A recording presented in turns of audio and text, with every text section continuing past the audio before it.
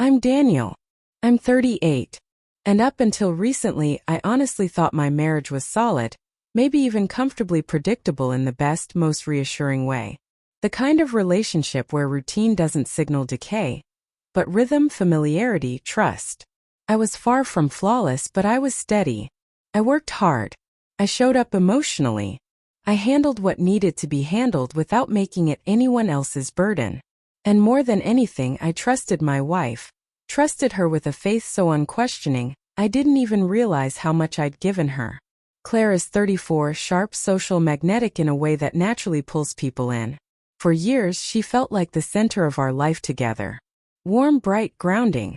But slowly, something began shifting. She grew restless, hungry for stimulation, noise, novelty. Everything opposite of the calm, reliable life we'd built.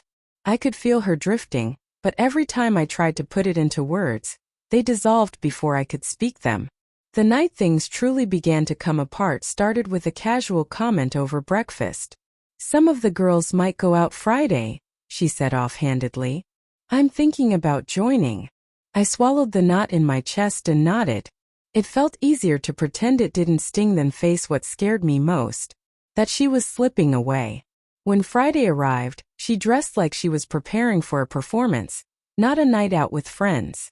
Her dress was shorter than the one she usually wore, her makeup bolder, her hair styled in a way she hadn't bothered with in years. She misted perfume onto her collarbone, and the sharp, unfamiliar scent twisted something inside me. "You look nice," I said quietly. "Thanks," she replied, not meeting my eyes. She walked out with a smile I hadn't seen directed at me in months. The house felt wrong without her. Too still, too empty. I paced. Checked my phone.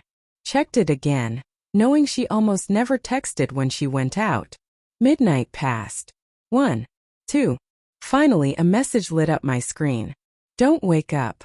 Nothing else. I didn't sleep. I lay there in the dark, staring at the ceiling, replaying every sign I'd brushed aside. Every moment I'd misread. She came home close to 4 a.m., loud and stumbling, laughing into her phone. A man's voice murmured on the other end, unmistakable. She didn't acknowledge me sitting on the edge of the bed. She just dropped onto the mattress and passed out. The next morning, hungover and irritable, she acted offended that I even asked, "Who were you talking to last night?" She scoffed. "A friend. Try not to be so insecure." That word, insecure, cuts differently when it comes from the person entrusted with your heart. The next weekend she went out again. No excuses. No girls' night this time. Just, "I need some space." By midnight, the knot in my stomach was unbearable. Months earlier, she'd forgotten we still had shared location access. One look at my phone told me everything. She wasn't with friends. A rooftop bar downtown. A friend had posted a story. In the background of the laughing photo, I saw Claire leaning into a man, his hand resting on her lower back with a kind of confidence that made my lungs seize. She tilted her head toward him, smiling like he'd just whispered something unforgettable. I didn't feel rage. I felt cold, slow, creeping, devastating. At 2:30 a.m. she texted again. "Don't wait up." I didn't.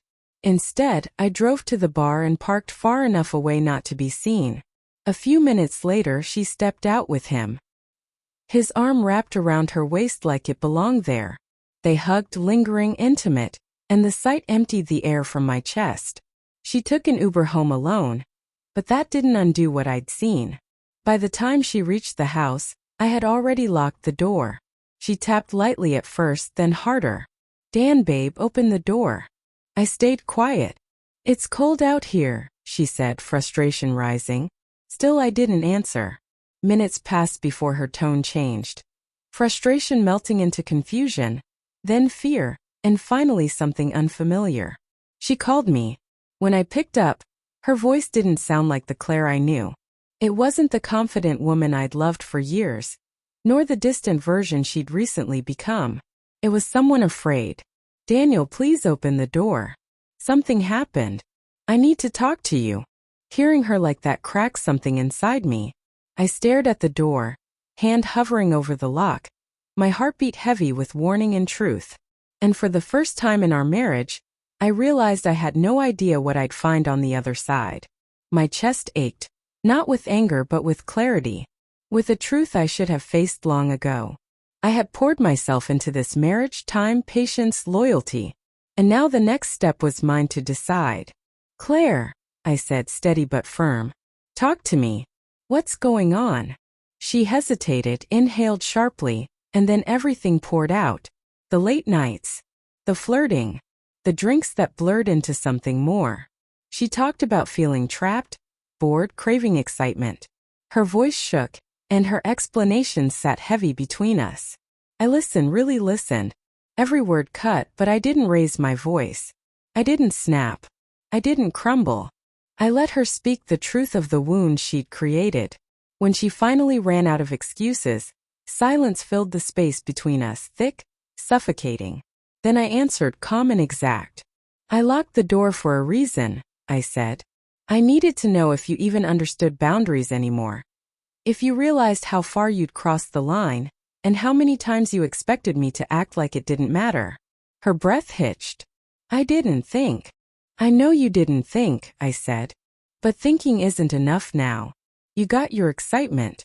You made your choices. And now I'm making mine." My voice didn't waver.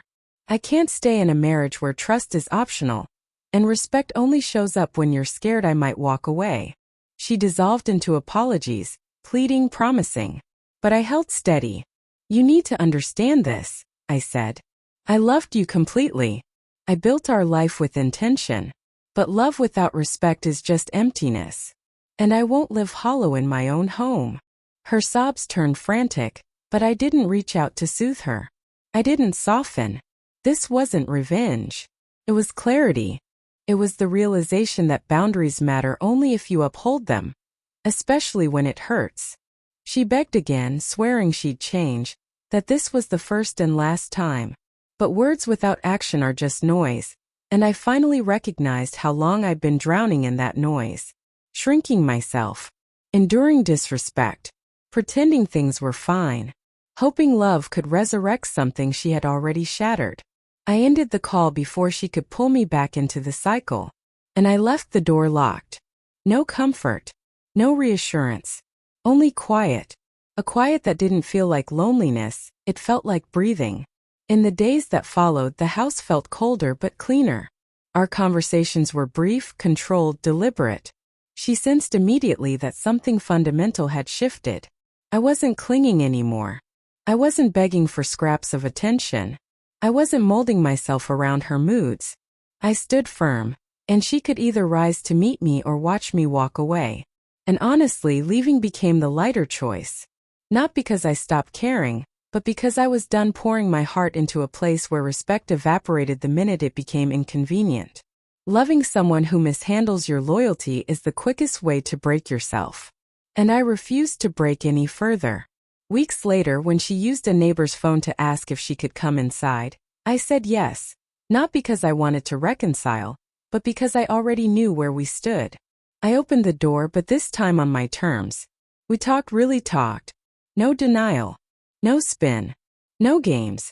Just the truth neither of us could ignore anymore. Trust doesn't crumble all at once. It decays quietly until the day you realize there's nothing left supporting you. Affection can't survive when boundaries become punchlines. And even deep love can't endure when one person keeps carving cracks into the foundation. That night I slept alone, and felt no ache, no heaviness. The weight didn't lift because she confessed or because I won. It lifted because I finally chose myself. I finally drew a line I refused to cross. And in doing so, I remembered something I'd forgotten. Self-respect is not something you bargain away in the name of love. Sometimes the strongest, clearest thing you can do, for yourself and for the person who failed to value you, is to step back, hold your boundary, and let the silence reveal the truth they didn't want to face.